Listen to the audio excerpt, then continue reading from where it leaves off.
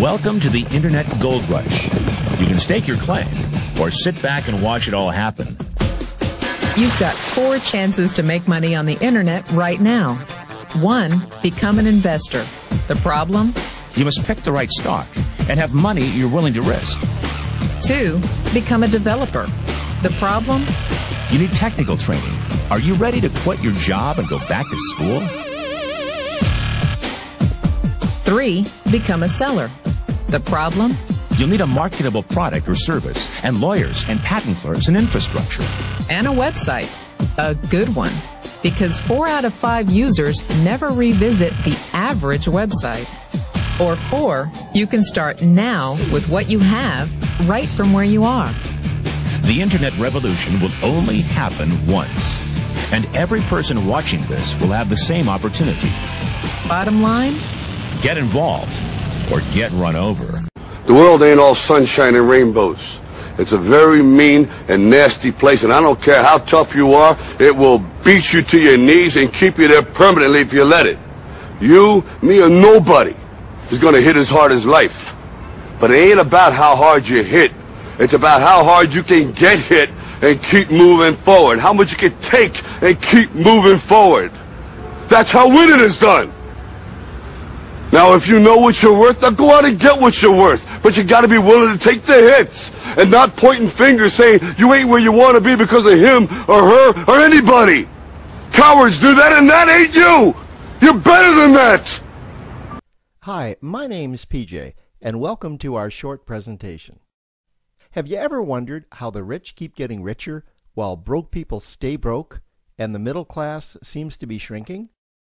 Well, this isn't nearly as mysterious as it may appear when you examine the specific differences in how broke people, the middle class, and the rich spend their money. Now, this is such a simple concept, yet so profound, it nearly knocked me out of my chair when I finally understood it. I'm going to show you exactly how the rich spend their money, and you can evaluate for yourself why they keep getting richer and the broke keep getting broker, and why the middle class remains so stressed out. Now, to get started, I'd like to review some financial terms we'll be using during this presentation. The terms that you need to be familiar with are cash flow, which means money you bring in, expenses, which means money you spend, assets. Now, this is the most confusing one. You're probably familiar with the traditional definition of an asset, which is something you own or have equity in. However, back in the 1990s, Robert Kiyosaki introduced us to a new definition of an asset in his groundbreaking Rich Dad, Poor Dad series of books.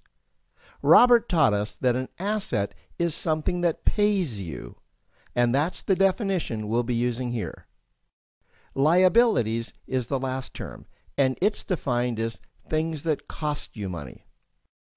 As an example, a house is typically viewed as an asset. But can it actually be a liability? Yes. With our revised definition, anything that costs you money is a liability, not an asset. If you have a mortgage, your house is an asset to your banker because it pays him or her every month. But could a house also be considered an asset to you?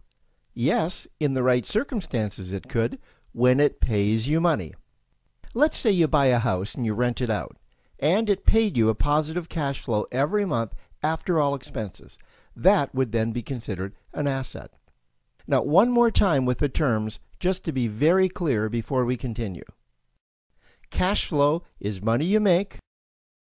Expenses, that's money you spend. An asset pays you, and a liability costs you. Now let's take a look at how broke people spend their money. Now, when I say broke people, I'm not referring to the destitute.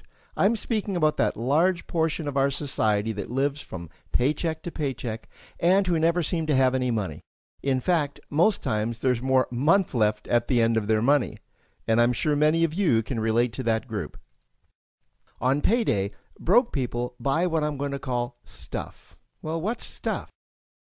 Well, that's inexpensive things that people buy that they don't really need to survive. You go into someone's house and you can't find any counter or tabletop space in the whole house because of all the stuff on it. Their house and their cars are full and cluttered with stuff. Well, where do they get all this stuff? They buy it at the flea market, at the garage sale, at the dollar store, at the craft show. So cash flow comes in and then it goes straight out the expense column to buy stuff. You see, broke people never really educate themselves on assets and liabilities. They justify buying all of this stuff by claiming that it costs so little. But over the years, it's all they ever have. The problem is their cash flow never produced or created more cash flow.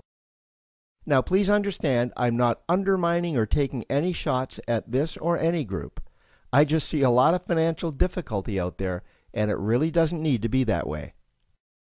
Creating wealth isn't a mystery, it's a formula. The only reason someone doesn't create wealth is because they either don't know the formula or they don't apply the formula. Now let's take a look at the middle class. The middle class is the group that society mistakenly thinks are rich. They're not. Yes, they typically earn a six-figure income, and many of them appear rich, but it's what they buy with their money that keeps them prisoners of the middle class. What they typically buy are liabilities. Remember the definition of a liability? Things that cost you. By buying liabilities, the money gets pushed up and out their expense column. Liabilities are items like cars, boats, houses, airplanes, credit card debt. Now let's see just how this happens. The middle class gets a nice paycheck, let's say $10,000 for the month. They then split that down the middle and they pay their monthly expenses with half, and with the other half, they make a down payment on a new car. The car costs $5,000 down, and after they add on the insurance and the maintenance, that liability now costs $1,100 new dollars every single month. A few months go by, and they want a boat, then a vacation home, a Rolex watch on their credit card, a vacation on their credit card. And before you know it, their liabilities have raised their expense levels to near or above their income levels. They actually spend equal to or more than they make. Meaning that they have to go to work and make a certain amount of money every single month just to cover their liabilities. The other important issue with both broke people and the middle class is that normally all of their cash flow is dependent on their own effort. Meaning that they've educated themselves to exchange their knowledge and expertise for someone's money. Also, the money they earn is usually the highest taxed form of income. Here's an example. An attorney is knowledgeable about law, so people pay him or her in exchange for that knowledge on an hourly basis. The problem here is that if the attorney isn't sharing that knowledge with a client, then the attorney isn't making any money. This causes lots of stress and anxiety in their lives, and if you ever ask them to take an afternoon off to play golf with you, well, they very rarely can because of how much money it'll cost them to take that time off. On the surface, life's pretty good. The reality is that it's a roller coaster ride. That's the middle class. Now, I know this group very well because for a great deal of my adult life, that was me. Now let's take a look at how the rich people spend their money. Rich people acquire assets. Again, an asset is something that pays you. If you want to become rich, buy assets that earn you more money. The money cycle looks like this. Acquire assets that produce cash flow, invest the profits to acquire more assets that produce more cash flow, invest those profits to acquire more assets that produce more cash flow. The rich spend their money and acquire things that produce more money. Here are a few examples of assets that produce more money. Investments are the obvious ones: stocks, bonds, real estate. Education is another asset. If you learn how to do something that produces more money for you and you actually do it, that's buying an asset. There's a great quote that goes, "If you think education is expensive, you should see how expensive stupidity is."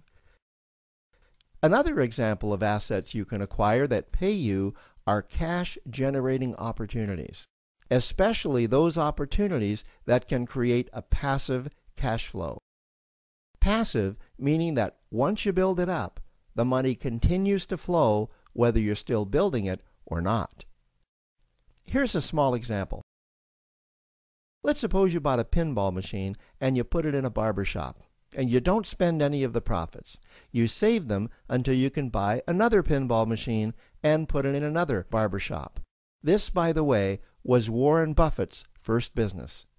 If you don't know who Warren Buffett is, he's one of the top 2 richest men in America.